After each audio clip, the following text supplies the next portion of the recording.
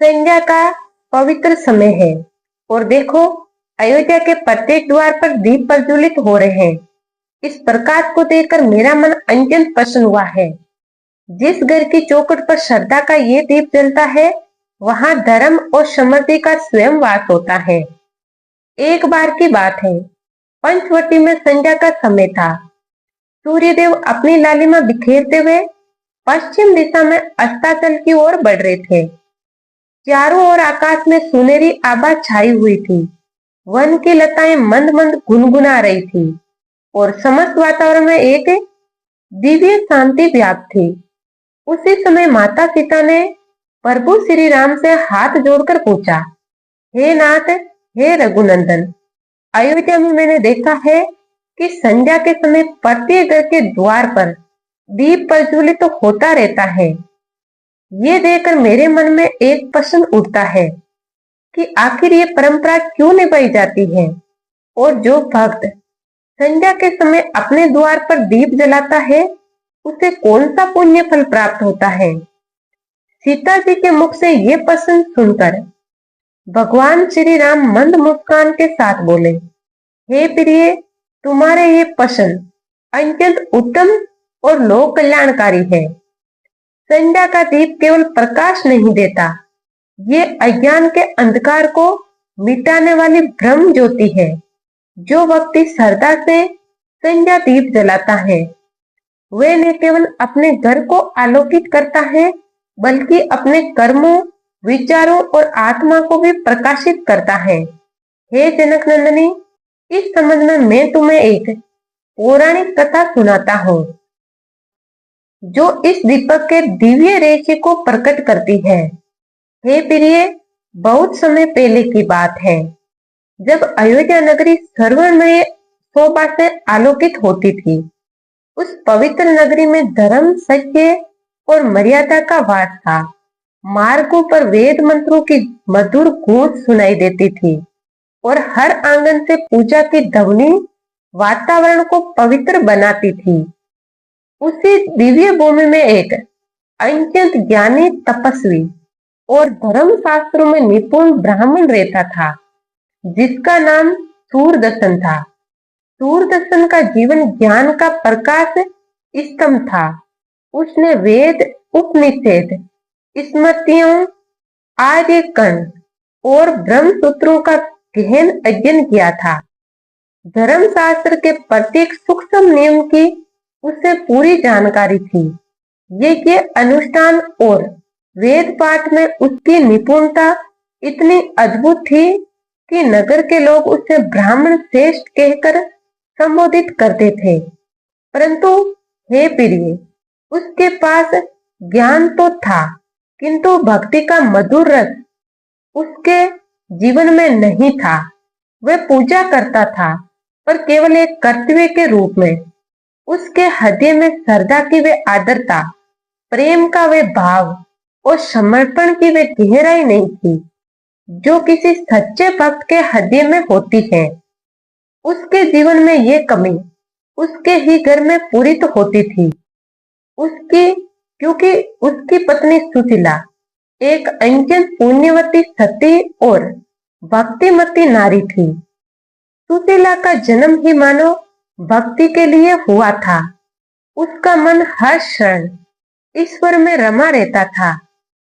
उसके नेत्रों में सदा भक्ति की अश्वे धारा झिलमिलाती रहती थी और उसकी वाणी से हर समय भगवान विष्णु के नाम की मधुर गूंज निकलती रहती थी। सुशीला का जीवन एक अनुशासन की मूर्ति था। प्रतिदिन वह ब्रह्म मुहूर्त में, जब संपूर्ण संसार निद्रा में लीन रहता था, वह उठ जाती थी, ठंडे जल से स्नान करती, स्वस्थ वस्त्र धारण कर अपने घर के मंदिर में दीप जलाती और अत्यंत श्रद्धा से भगवान विष्णु की आराधना करती। उसका भक्ति भाव ऐसा था, मानो स्वयं देवी लक्ष्मी उसके हृदय में वास करती हो। सुबह का समय हो या दोपहर का, सुशीला का मन सदा भगवान के नाम में लीन रहता था। जब संध्या होती और सूर्यदेव अस्ताचल की ओर गमन करने लगते, तब उसका भक्ति भाव और भी प्रबल हो जाता। वे पूरे घर को लीप पोत कर स्वच्छ करती और अपने आंगन को ऐसे सजाती जैसे कोई देवालय हो। फिर वे अपने मन को पूर्ण शुद्ध कर पवित्र भाव से द्वार के पास जाती और एक छोटा सा दीपक अपने हाथों से प्रज्वलित करती। उस दीपक का प्रकाश जैसे अंधकार को नहीं बल्कि अज्ञान को नष्ट करता था। जब वे दीप जलता तब सुशीला अपने दोनों हाथ जोड़कर भगवान से प्रार्थना करती और कहती, हे प्रभु, ये दीप केवल मेरे घर के लिए नहीं, ये आपके चरणों के लिए है। इसमें मैं अपनी श्रद्धा की ज्योति अर्पित करती हूँ। मित्रों, आगे भगवान श्री राम कहते हैं, हे जनक नंदनी, एक दिन संध्या का समय था। सुशीला अपने प्रतिदिन के नियम अनुसार आंगन को लीप पोत कर द्वार पर बैठी थी। वह बड़ी भक्ति भाव से दीपक तैयार कर रही थी। उसने मिट्टी के छोटे से दिए में तिल का तेल डाला, रुई की बाती बनाई और अपने नेत्रों को बंद कर भगवान का स्मरण करते हुए दिया प्रज्वलित किया। उसी समय उसका पति शूरदर्शन वहां आ गया और सुशीला का उपवास करते हुए बोला, हे वल्लभे, तुम ये दीप प्रतिदिन क्यों जलाती हो? इससे क्या लाभ होता है? ये तो व्यर्थ ही तेल की बर्बादी है। मित्रों, अपने पति के मुख से ये शब्द सुनकर सुशीला शांत हो गई। उसने कोई क्रोध नहीं किया, कोई कटु वचन नहीं कहा। वे धीरे से उठी और अपने पति के सम्मुख जाकर अत्यंत विनम्रता से बोली, हे स्वामी, ये दीप केवल तेल और बाती से नहीं जलता, ये मेरी श्रद्धा से जलता है। ये दीपक मेरे हृदय की भक्ति का प्रतीक है। इससे घर में देवी लक्ष्मी का आगमन होता है और धर्म का प्रकाश फैलता है।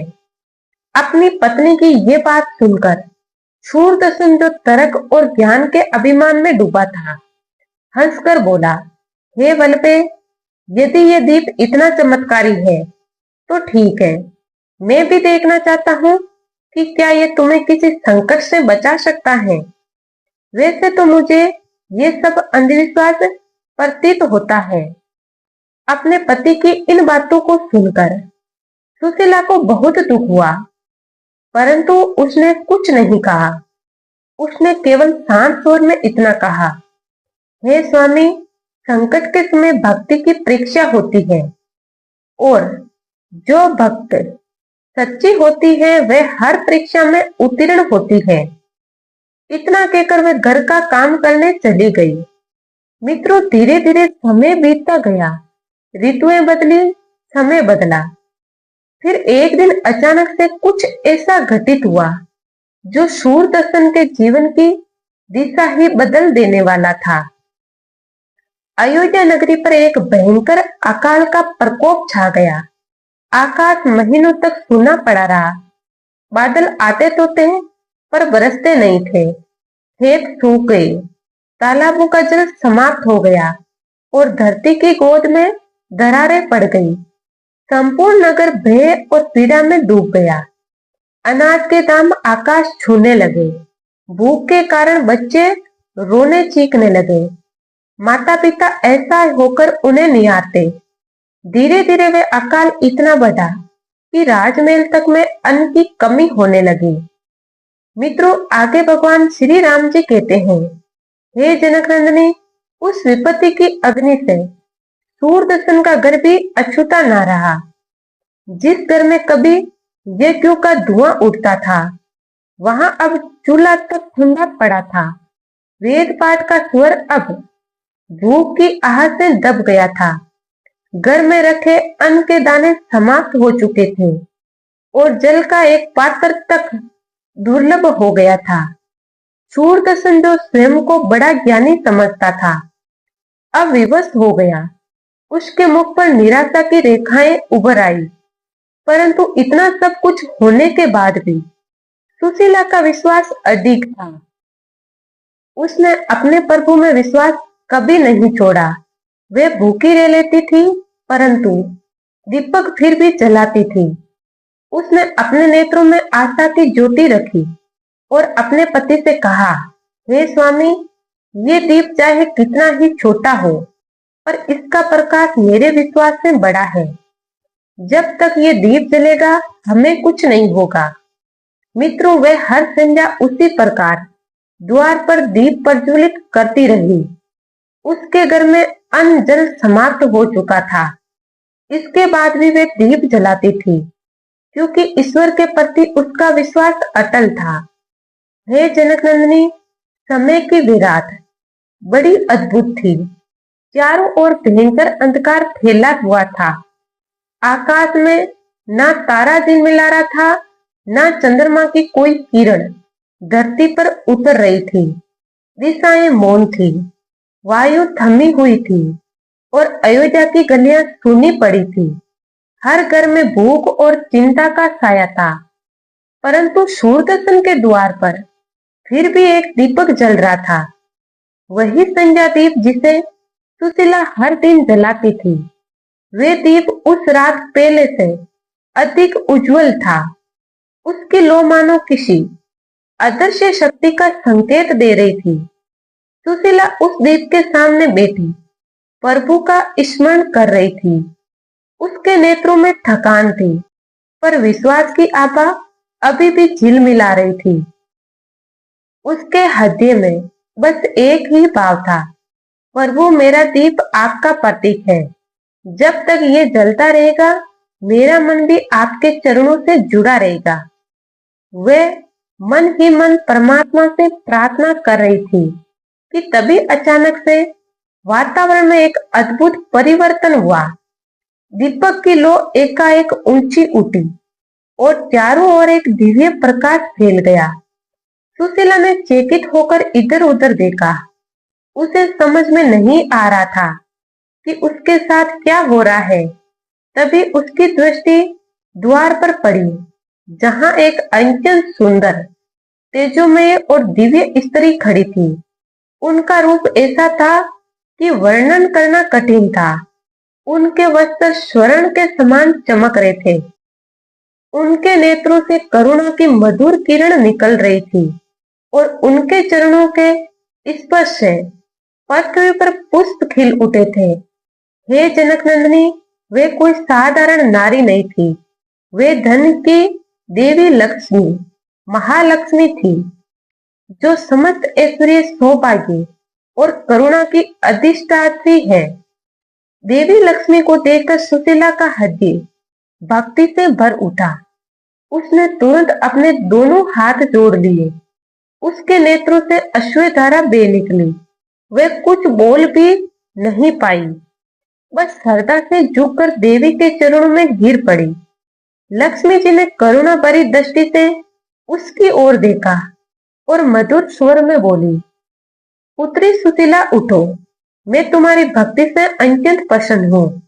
तुमने कठिनतम समय में भी अपने नियम को नहीं छोड़ा। जब संसार भय और भूख से डगमगा गया, तब भी तुम्हारे दीप की ज्योति बुझी नहीं। तुम्हारा ये दीप ने केवल तुम्हारे घर को बल्कि इस संसार को भी प्रकाशमान करता है। मांगो, तुम्हें क्या वर चाहिए। माता लक्ष्मी के इन वचनों को सुनकर सुशीला ने हाथ जोड़कर कहा, हे माँ, मुझे कोई धन वैभव या अमूल्य रत्न नहीं चाहिए। मुझे बस इतना वर दो कि मेरे घर का दीप कभी ना बुझे।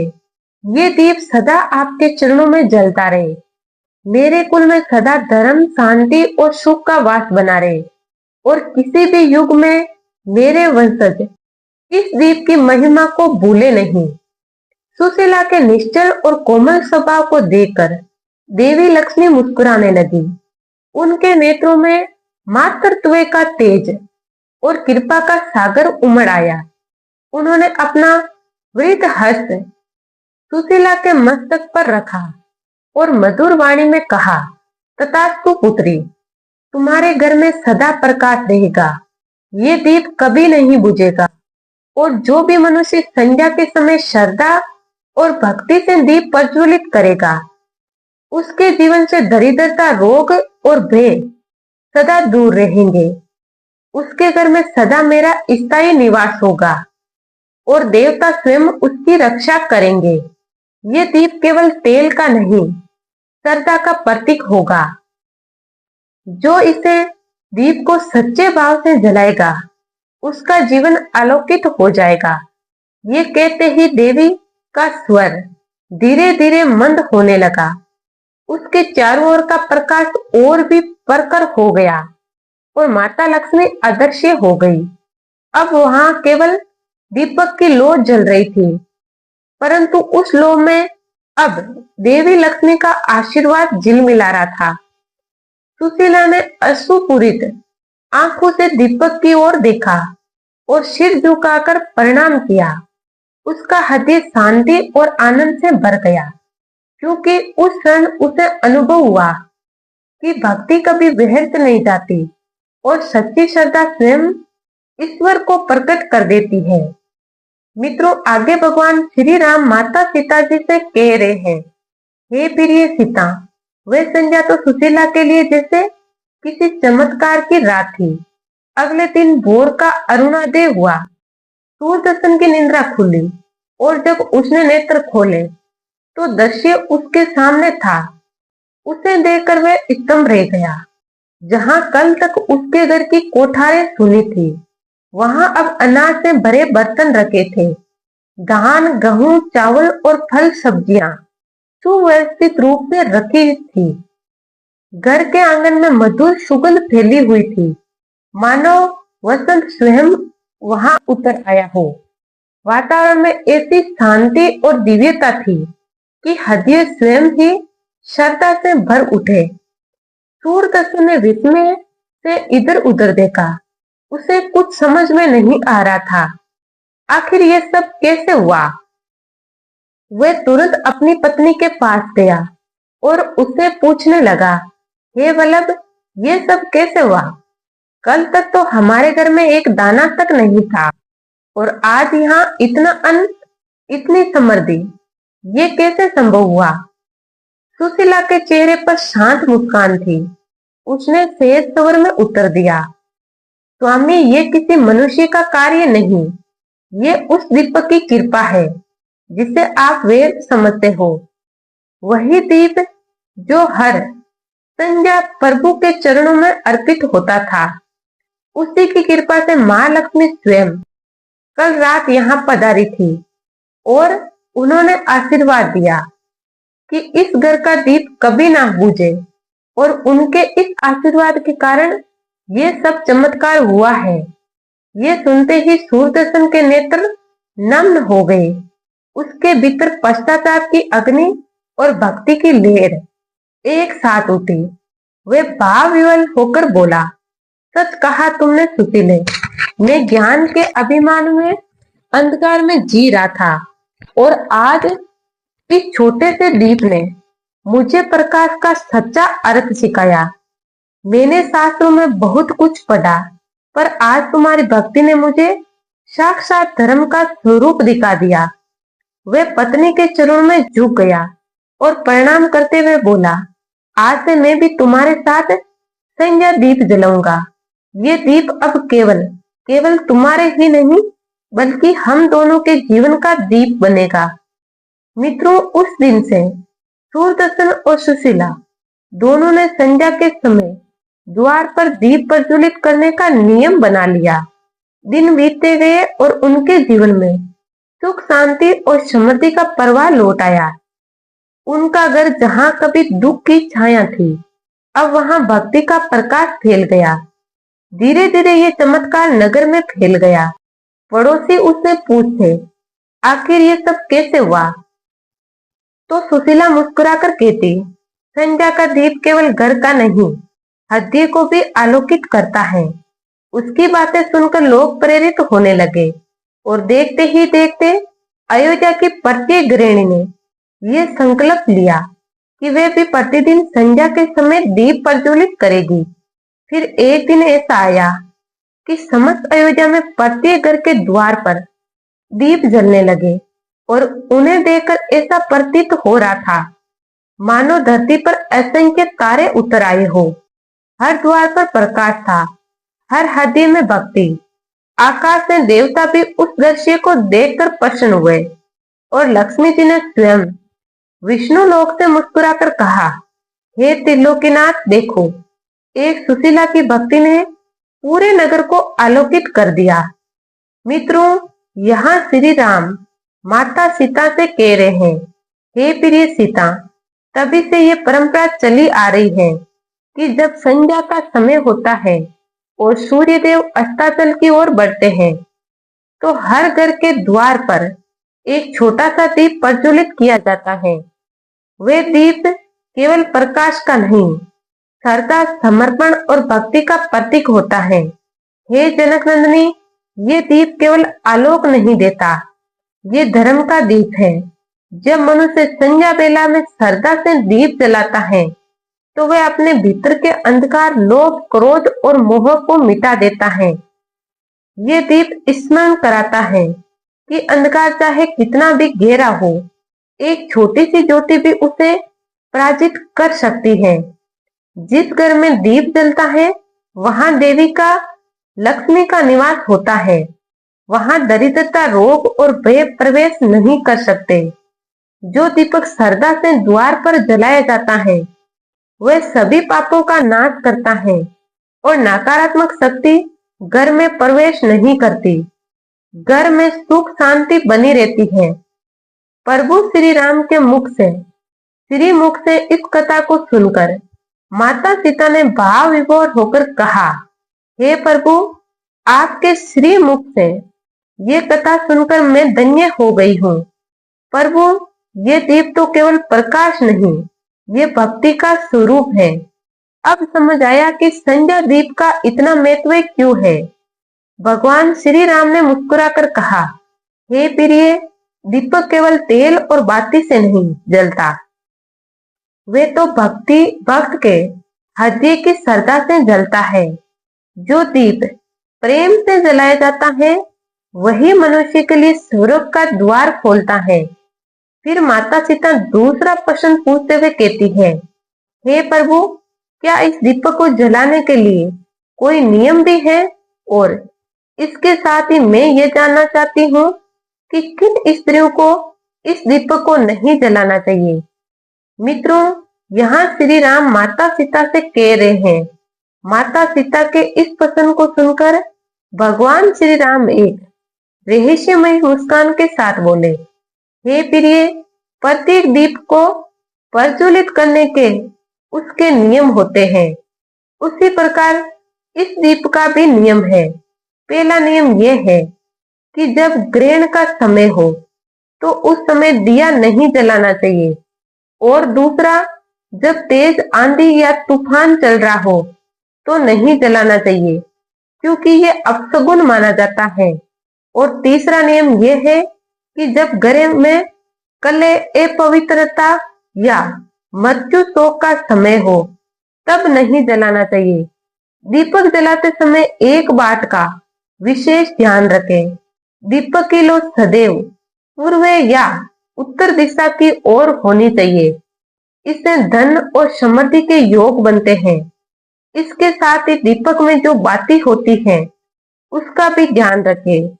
एक बाती वाला दीपक मोक्ष की प्राप्ति के लिए होता है, 2 बाती वाला दीपक समृद्धि के लिए और 5 बाती वाला दीपक सर्व सिद्धि व आरोग्य के लिए होता है। आगे भगवान श्री राम कहते हैं, हे प्रिय सीता, ये सब कर्म भाव और शुद्धता पर निर्भर करता है। दीपक केवल घी बत्ती का नहीं होता, वे तो मन की पवित्रता का प्रतीक है। इस दीपक को कुछ अवस्थाओं में स्त्रियों को नहीं जलाना चाहिए। जब किसी के घर में मृत्यु या जन्म हुआ हो, तब अपवित्रता का काल माना जाता है।